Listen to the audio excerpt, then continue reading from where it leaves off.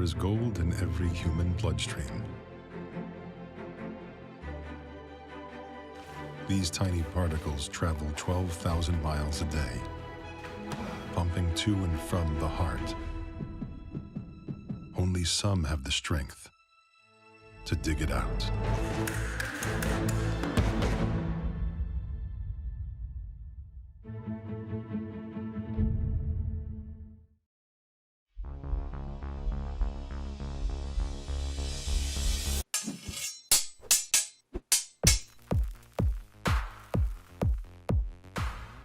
I'm Dagmara Wozniak, and I'm a U.S. Olympic fencer.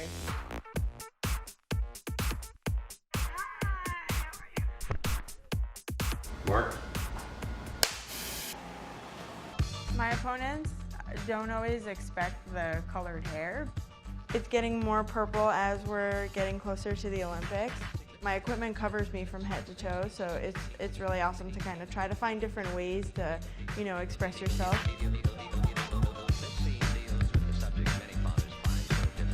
My hair, is sticking out from behind my mask, so it's awesome to have a really bright and vibrant color. It's flowing in the wind. So I'm honored to be here interviewing you guys. These are my teammates, my friends. I've known everyone on this stage, I think, since they were like 12 years old, 10 for Dagmara. So it's really incredible when I think that they're coming back from Rio with medals and won world championship medals. We were talking backstage, actually. So Daryl is the first individual silver medalist since 1908.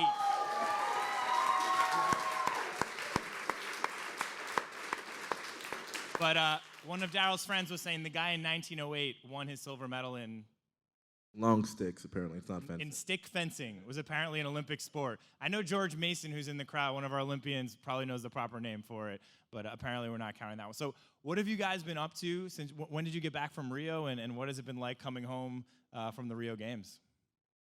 Well, we got back a week ago, and I live in Hoboken, New Jersey now, and I had a very warm welcome. Because of the Olympics? Because of the Olympics. No, it's an awesome experience, and like I said, I dealt with the whole excitement of winning the medal about like a week or two ago, and coming home and seeing everyone's faces and seeing more family and friends. It's just a warming experience and reliving it all over again. So we had some rowers on a few days ago, and they were campaigning for Dancing with the Stars and talking about their projects. And if you guys have any big upcoming projects that we can look out for you on?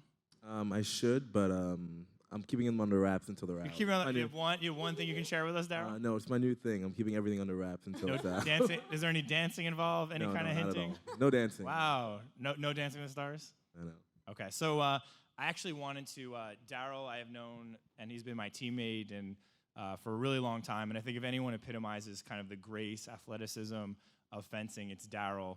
And I want to talk a little bit about his journey the last year. And I wanted to start actually at the 2015 World Championships in Moscow, where Daryl made history winning a silver medal. I think the first men's medal for saber, period. So we actually have a clip of that moment, and there's a lot of Daryl that you can really get to know just seeing his fencing. So let's go to that clip from Moscow, 14-14 with, who are you? It was Hansianu, yeah? Dolciano. We got our Homer. 14-all. This is to make the gold medal match. If I know Daryl, he is going for it. Here we go. He goes to the power and he gets it! Daryl's on to the finals! Daryl is on to the finals of World Championships! I announced version of it at home.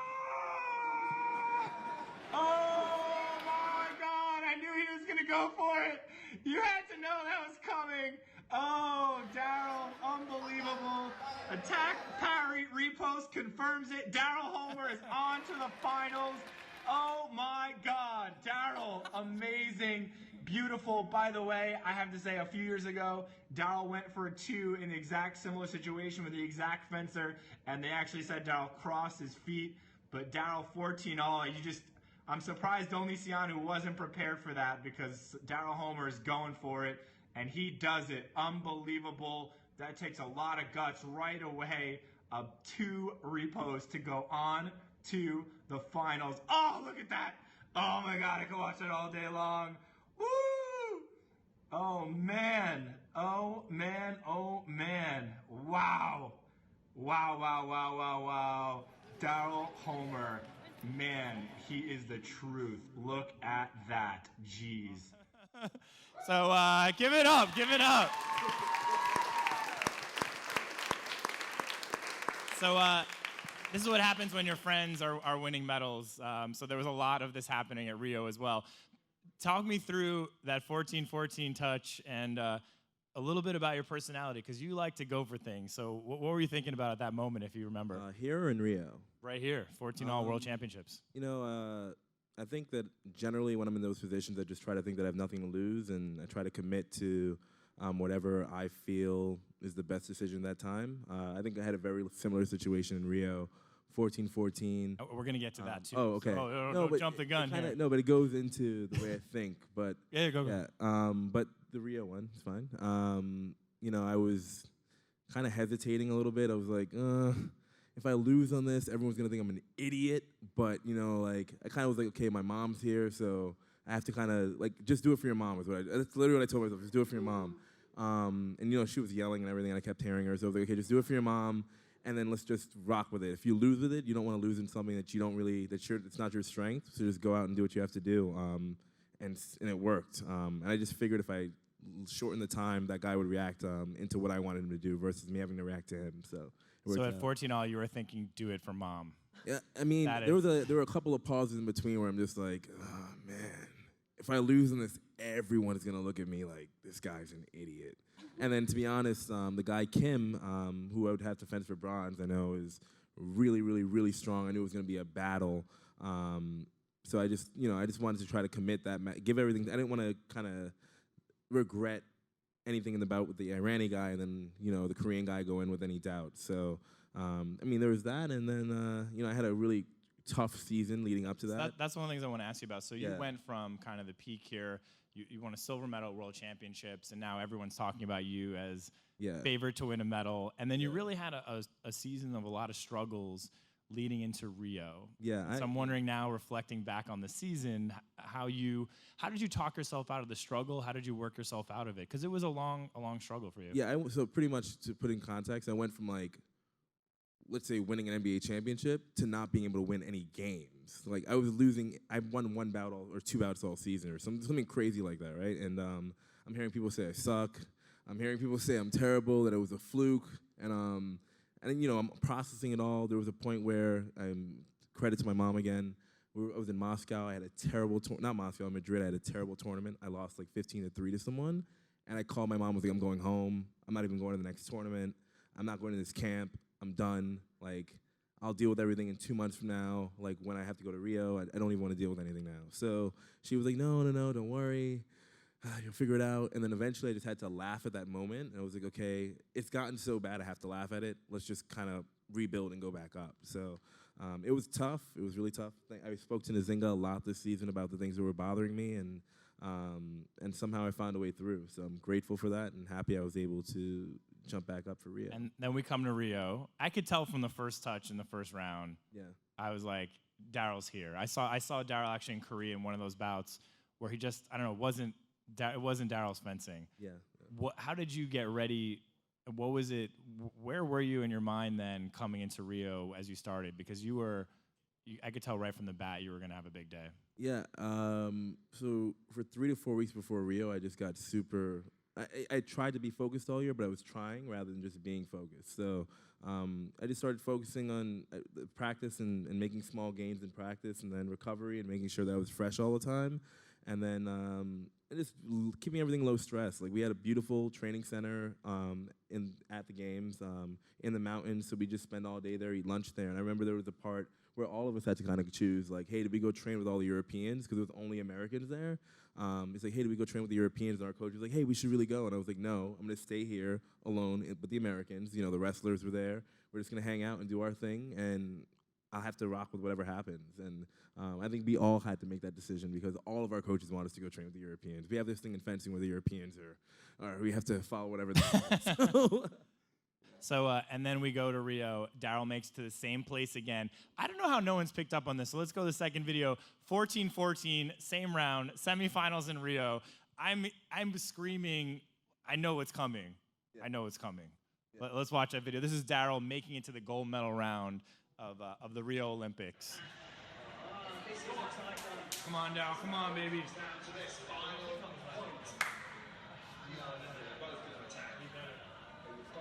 Daryl's going for 5. Go for 5, baby. This is not a jump 2 year. This is a close 5 year.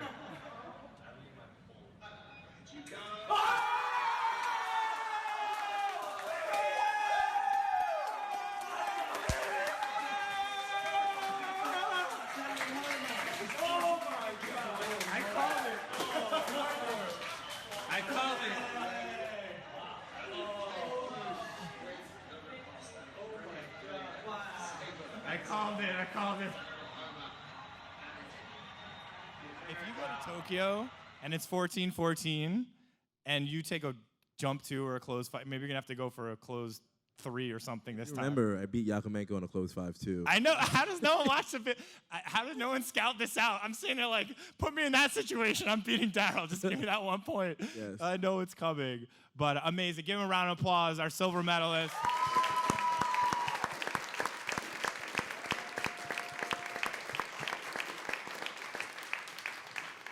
And now, Dagmara, I have known you since you were 10. I actually was refereeing a fencing match that Dagmara was competing at 10 years old, and she thought that I blew a call. And I had this 10-year-old girl giving me the dirtiest looks. She was on the medal podium just like looking at me, giving me an evil stare. You don't want Dagmara's evil stare even now. That's kind of like that. And then a few weeks later, she was at my club. And also then every day I would come in and this 10-year-old who had joined our club, Manhattan Fencing, was giving me this look right here. So you were on the 08 team. You were a replacement athlete that they won a bronze, didn't get to compete. How much did this medal mean to you, having to wait really now 2 Olympics to come back and bring home a bronze? Like, what does it all mean for you? Well, again, it's an amazing experience. Just kind of glad I never gave up. A lot of people said that was the extent of my ability in terms of being the replacement athlete in 2008, and I knew I had higher goals for myself, and I had great training partners that could push me, and I see, Seda Jacobson and Marielle being great role models and continuing and things like that. So I'm just glad I never gave up on myself and continued working hard. London didn't bring anything home, but I knew there was a good shot to do something individually in Rio as well as teams, so I'm glad I came home with something. Tell me about, Daryl talked a little about his mom. Your mom has played a really big role in your life, and what I think of Olympians really is, you see them in their moments of glory, but it's really, they're at their best when they're in a challenge because they always find their way through. Can you talk to me a little about your mom's challenges with you and how you came to be an Olympian? Because I think it's really a special, journey, and it was not easy for you. For sure. My mom is definitely my number one supporter. Just like Daryl, there's a lot of times where I say, this is for mom. Sometimes when you find yourself in a really difficult position and you kind of lose that self-motivation, you kind of think like, I'm not in it, I'm not invested in it. Then I kind of think, my mom was struggling with cancer and she got through it, but that was one of the things that turned into a motivation for me to kind of make her proud. And she beat it, and now she's been my biggest supporter. She's been going with me everywhere. So same thing, it's always for mom, and when there's a bad competition, just kind of sit behind the stage and cry and call my mom and say, this is it, I can't do this anymore, or things like that. And she always knows the right thing to say. Sometimes it's tough love. Sometimes it's, kind of tough love. Does she give wipe your tears, stop crying about it. This is the whole beauty say that of a lot. Yeah, because I cry a lot. But no, again, greatest supporter, and I definitely would not be where I am today if it weren't for her. Amazing, amazing. Congratulations again on the bronze medal. I know she's super proud of you. And I want to talk, I have Nzingha, I have a video for you as well. No. These guys did some amazing, this team is really, the fencing team, the level of, I think, stuff that's out there now on the team is really great. It's in a really new place. So Nzingha had a wonderful little profile that we're gonna play a little short clip of. So. Cool, thanks.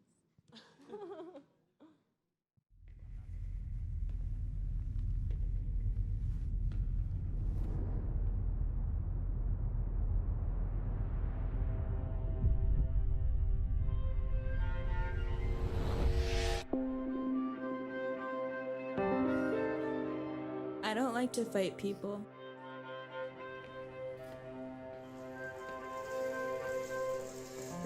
But you can't get by without fighting.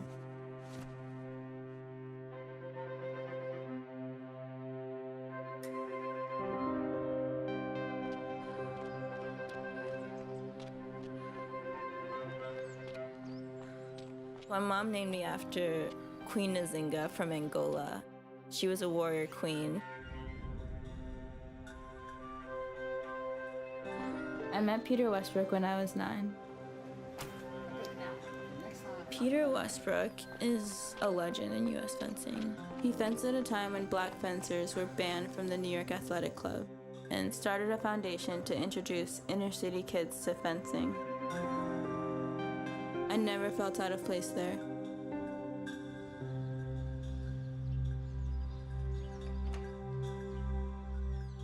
A lot of people don't get the chance to learn discipline.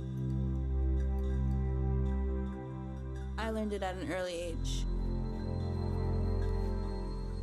My mom used to make me do push-ups in the kitchen when I got in trouble.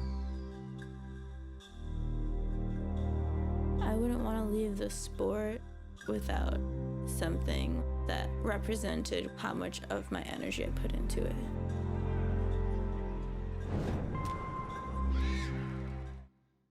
So I was just moved last night watching all these videos again. So talk to me about the impact. It's hard to talk about fencing and our Olympic results without talking about a few different people. Peter Westbrook is certainly one of them.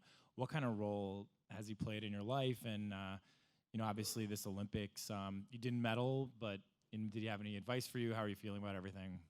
Yeah, Peter has always been a source of support for me, and I think probably the biggest thing for all of us is he introduced us to the sport and changed our lives. So really I would never be anywhere near close to here if it weren't for Peter and the foundation and all the people there who are constantly supporting me. Daryl also, we have a really good connection, and just seeing Daryl doing so well at the Olympics is definitely inspiration to continue, because it's so long, it's 4 years, you're not sure if you want to commit another 4 years to it, especially after being disappointed, so. And then on the flip side, cadet world champion, junior world champion. Yeah. I was always watching her win, and I was like, ugh. I'd get third or something. I'm like, she's always winning. But Daryl always started winning first, and then I had to beat Daryl. So I also want to talk a little bit about the impact of the coaches that have had on these athletes. I think a lot of times the coaches maybe get less credit, but think of a picture of you with Bucky. Maybe talk a little about your work with Bucky and your journey with him, and now he's at Notre Dame. So what are you doing coach-wise? There's Bucky and you guys. Yeah, my coach is leaving. We've been together for 15 years, since I was 9, so practically more than half my life. Besides fencing, he's taught me a lot about what discipline and hard work is. I remember he would yell at me if I sat on the radiator in between footwork exercises. There's no sitting in a Bucky practice. No correct? sitting, no talking. Always on the strip. If there's an empty strip, do push-ups. If you're late, do push-ups. Always doing push-ups. My mom too. Your mom had to do push-ups? My mom made me do push-ups. Oh, I thought Bucky made your mom do push-ups. No, your mom made you do push-ups. Yeah, not the other. Everyone's making me do push-ups. So definitely discipline was a pillar in my life growing up. It helped with school and fencing. So. And then Daryl, Monica, and Dagmara and I also share a coach, Yuri Gelman. I think we have a picture of the three of you with Yuri. I guess for the three of you, but the four of us, what kind of impact has Yuri had? Would we be here without Yuri? And whoever wants to jump in about Yuri. Yeah, I mean, it's a very, complicated relationship. I think there's a lot of tactical advice that you get, but there's life advice. He's known me for so long, and I think he's known all of us for so long that it's kind of like a second father figure. And, guidance, sometimes you agree with advice or not, but I think he always wants the best for us, and sometimes his nerves are greater than ours, and we kind of feel that on the strip, but when you're a confident athlete, you know that he's guiding you in the right direction. Yeah, so Yuri's he's the only coach I've ever worked with, which is pretty unusual in fencing, but Yeah, we have a very complicated relationship, obviously. I mean, he's seen me grow from like 11 years old, listening to everything he said, to now I have my own point of view on things. But he's always wished the best for us. He's probably, I mean, he's not probably, he's by far the best coach in America, one of the best coaches in the world, and someone who's constantly pushing you to be better in life and in off the strip, and someone I appreciate a lot and love, so for sure. The two stories I share most about Yuri, one is at the Beijing Olympics when he knew he had cancer, he did not tell any of us because he didn't want it to distract us from going for a medal. And then, you know, afterwards he kind of dropped that bomb on us. But he literally was willing to sort of put his own treatment and even life on hold to help us achieve a dream that we had, but also that he had. And I can remember Yuri literally while he was doing chemotherapy, Daryl can remember this too, he would have, you know, cores with medication going in, and he would still be trying to give lessons. He is just a worker. And now as a coach, I have to say I really appreciate that his ability to go, not be afraid to go slower. I think when I see other coaches, they always try to go really fast. That people think that going really fast is the way to go. And I think the biggest thing I've took from him now as a coach is just slowing things down so we get it right, and then you speed back up. Monica, I do want to share a couple. You made me laugh more than anyone else on social media. There's a picture, this is before the Olympics, but there's a really funny picture of you on stage with the First Lady. And I just think this I don't know if you could see Monica, but she's wearing the red pants over in the corner. Can you guys see her face? It is like just the face that you imagine someone has when you're going through this magical Olympic journey. But what were you thinking up there? You were, again, in a similar position, Dagmara. The team's now fencing for the bronze. Not sure if you're going to go in or not. Did they talk to you before about you're definitely going in, or was it something they told you while the match was going on? In the beginning of the day, they swore I was going in at some point. They're like, just be ready, but deep down, like, I wasn't telling myself that was the case. I was like, you know what, just be ready to not fence, whatever, put a brave face on. And then coming up to Italy, they're like, no, you're going in. And part of me was like, yes, this is awesome. And I was like, oh no, that means, wait, I'm gonna go out and fence? I have to win touches? How do I do this? So I started having a panic attack with the sports psychologist. This is on the sideline during the match? Yeah, I was like, you need to welcome me to the bathroom right now. And just so you guys understand, so the replacement athlete, they put her in. She hadn't fenced the whole Olympics, not the individual, not the team. She goes into the bronze medal match, the second to last bout, with the team up. Third to last bout. Pretty much, I think that's any of us would know, that's a huge amount of pressure, because pretty much the only thing you can do is, if you do your job and score 5 points, no one remembers it, but you've got this pressure blowing this medal. Like, how did you deal with that? Well, the way I went into it, it didn't all go as planned. But I was like, you know what, just go out there as fast as possible, score your 5 touches, have a plan for each touch. I was talking to Daga about the girl I was fencing, like, remind me of how she fences, I need to be ready, blah, blah, blah. And I actually can't even tell you what happened. All I know is from what people have told me, I completely blacked out.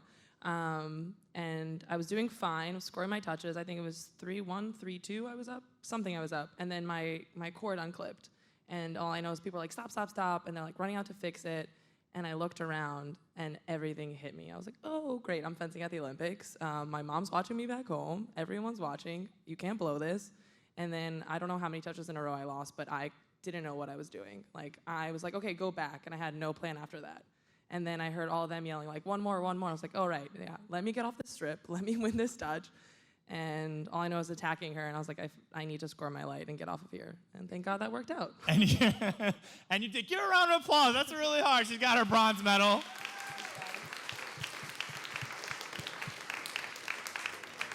And the only thing I could say to you, Monica, my advice, you don't need to jump to do the 2-parry, by the way.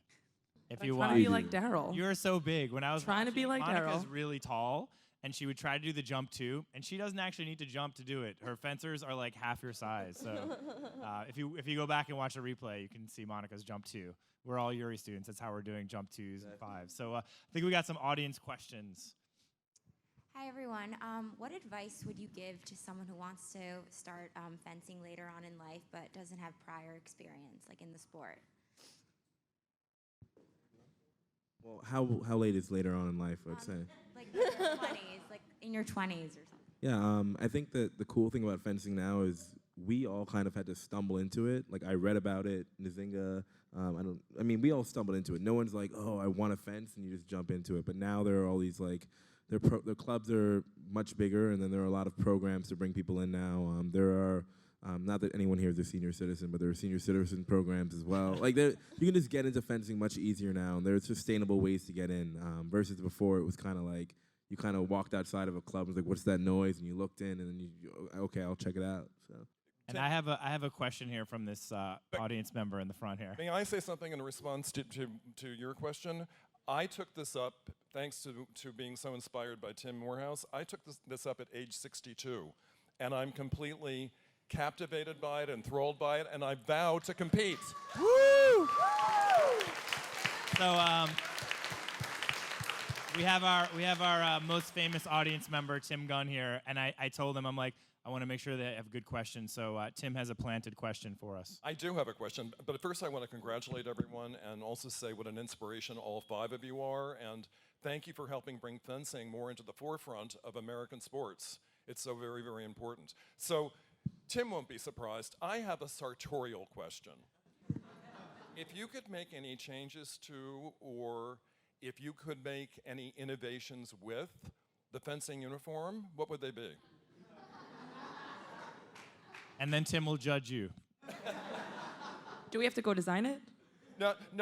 You stay seated. This will not be a 30-second challenge. Or anything of that sort. But if go design it and come back. But as people who wear the uniform, I'm just curious to know your thoughts about, is it perfect? Are there things you would change? I would take, if it could stay safe, I would take layers off and make it way more simple.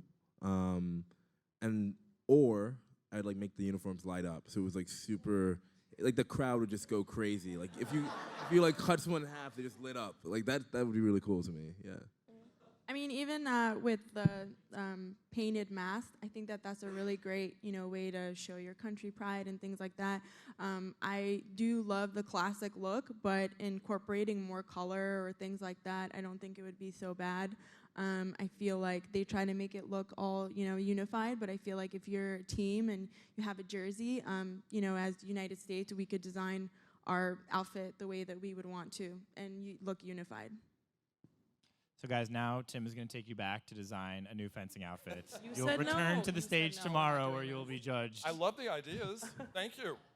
Awesome. I think we Give can... a round of applause for Tim Gunn, everyone, as well. I think we're going back there. Hey guys, I wanted to ask, what is your workout regimen? Like, what do you do every day to practice for fencing? Right now it's just waking up late, but on a regular day, I do a lot of plyometric stuff. Our sports are a little different across all 3 weapons, but with Saber, we are like the sprinters of the sport, so you want to make sure that you're building really short twitch muscle fibers so you can explode. Running long distances is not necessarily beneficial. I mean, it's great for endurance, but doing stuff that is cutting really fast or like speed ladder, things like that really teach your body to change directions very fast. I've also had good experience with Pilates for corrective work, trying to keep your body, because fencing's so asymmetrical, and you build a lot of strength in your quads and not so much in the backs of your legs, and Pilates helps even that out, so. And core, yeah. I think we've got a last question here. Hey guys, first off, congrats on winning at Rio. So while you guys were there, did you guys get to spend any time over there, maybe check out the sites? I went sightseeing. I went to the beach. I saw. By the way, can we throw up the Phelps picture now also? Oh yeah. Speaking of sites pictures. I took some pictures. Continue. I went to see Christ the Redeemer, the stairs, Sugarloaf, and then I went sailing around the bay. And you also stalked Michael Phelps? I didn't stalk him. There was like an odyssey online of Monica being in the training room with Michael Phelps. I couldn't talk to him. I didn't even know he was in the room with me. I found out one of the trainers started talking to him about his son, and I just remember looking up oh my God, I've been in the room with this legend the entire time, and I couldn't get the confidence to talk to him. But finally, I did it. Did anyone help you, or? No, I just did it. I saw it, I was like, this might be my last opportunity. I ran up to somebody, I was like, hi, I need you to take a picture. And I was like, hi, please. And that was it. And there we go. All right, final question here. Tokyo 2020. I know you said online last night you're going, yes? Yes, for She's sure. in. All right, give it up. She's going. I'm in too. She's in. We got 2. To be determined. TBD. That's all right. That's all right. I have to qualify. So. But it's a question, are you going for it? Yes. He's going for it. He's going for it. All right, give it up one more time. Our Rio Olympic fencing team. You guys are the best. Awesome. Awesome.